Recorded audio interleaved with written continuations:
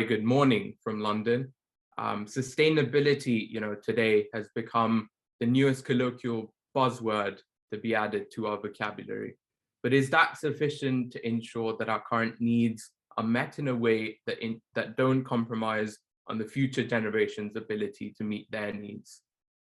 While the growing awareness to be more mindful of our actions is making headway in the long-term PR strategies of the biggest corporations across the globe, actions must be louder than words in this make or break decade for our planet, for our future. We must recognize that the climate crisis battle isn't a fight that one individual, governing body, or institution can fight alone. All who occupy a space, however small or large it may be, on planet Earth, must have equally vested interests and an equally important role to play in restoring the habitability of our planet. Single-use products driven by the use and throw culture that we have today pose a great burden on the environment. They significantly increase carbon emissions, especially since the production of these products is done on an extremely large scale. The increased need to recycle these single-use products also contributes to carbon emissions, but these emissions are amplified exponentially when these products are not recycled and are dumped actively into the landfills, among other areas. Dire consequences are created from such actions.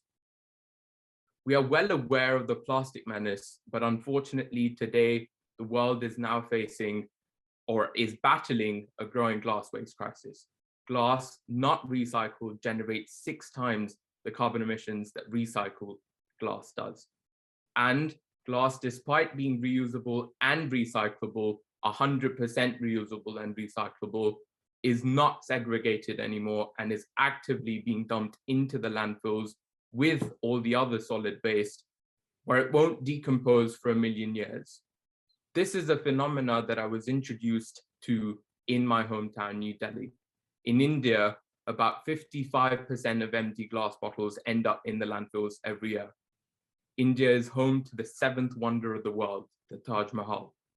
But it is also home to mountainous landfills that are twice as high as the Taj, a truly visible juxtaposition. Shortly after my move to the UK, where I currently study at university, I met with an even more shocking revelation where I found a similar situation, a bit less dire than that in India, but dire nonetheless. Even in more developed parts of the world, such as the UK, only the top quality glass is recycled. And even here, 50% of glass ends up in the landfills every year. Shockingly, over 67% of glass ends up in the landfills in the US, and over 79% of glass ends up in the landfills globally. When I was 16 years old and chanced upon the silent crisis in India, I decided to channelize my solution-driven mindset and founded Glass to Sand, an environmentally friendly zero-waste ecosystem and a no glass to landfills movement that stops glass bottles from being dumped into the landfills by crushing them into commercially valuable sand and repurposing it for sustainable construction. It is plugging the major recycling gap identified in the recycling of such materials. Bottle collection of Glass to Sand today is managed through a volunteer network that responded to Glass to Sand's internet and social media campaign. I created a website and extensive national media coverage, national and international media coverage helped amplify the awareness. The first community bottle collection initiative was set up when like-minded, sustainability-driven individuals showed their commitment towards the environment. I was able to create an awareness around the problem of glass waste so that it can be nipped in the bud and doesn't assume gigantic proportions that pollutants like plastic have. If attention could be afforded to this crisis now, it will prevent the need to salvage an already sunken ship in the near future.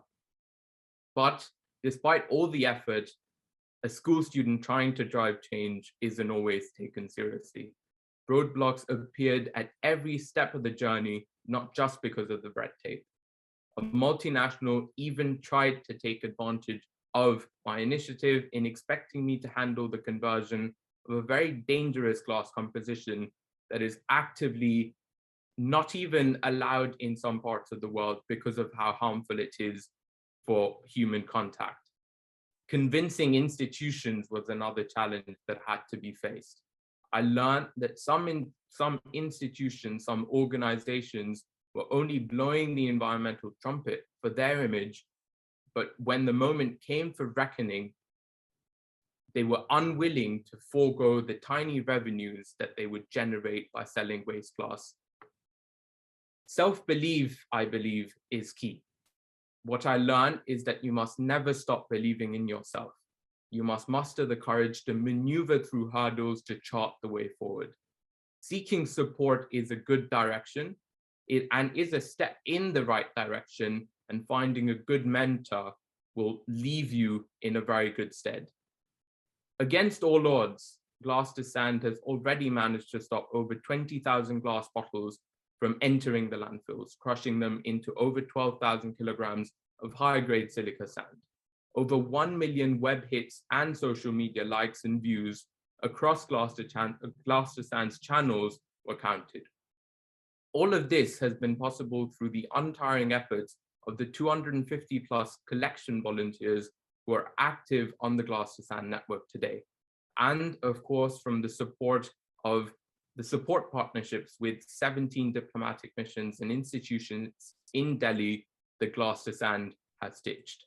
And it was in September 2020 that the Office of the Secretary General's Envoy on Youth from the United Nations contacted me to share the news that I had been selected as one of only 17 United Nations young leaders for the SDGs from around the world, one of the youngest and the only one from India.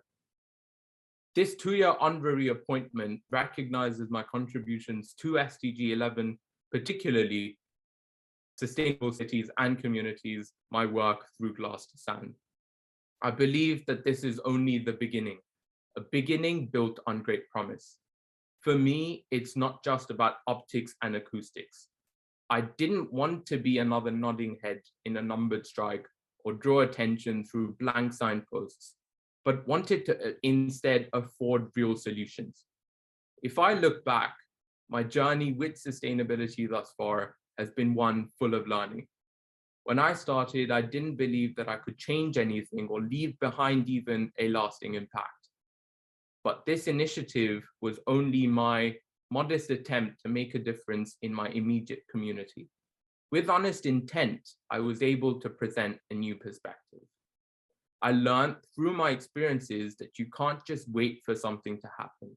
Take that proactive stance, because unless you're Newton, it's unlikely that that apple is going to fall on your head. Opportunities don't really magically appear. You have to lead them your way. The important step to take here is to start. The journey from coming up with that revolutionary idea to actioning it, or even making a start to action it, is the most crucial part of solution-driven action. In my journey through sustainability, I appeal to individuals like yourselves to stop imagining a mythical entity to solve this problem. I urge you to be the mythical entity that will afford a more sustainable future with your innovative, solution-driven mindsets. Young people must collectively take the initiative to drive this mission forward to make the planet habitable for the future. This was a key message that Mr. Antonio Guterres, the UN Secretary General, conveyed in our hour-long discussion in November 2020. The youth, our future, must take a proactive stance to make society cognizant about the dire need to adopt the circular economy, and we together need to innovate to amplify adoption of this circular economy. The youth is already equipped with the necessary skills to make this a reality, but needs to be nudged in the right direction to make that start.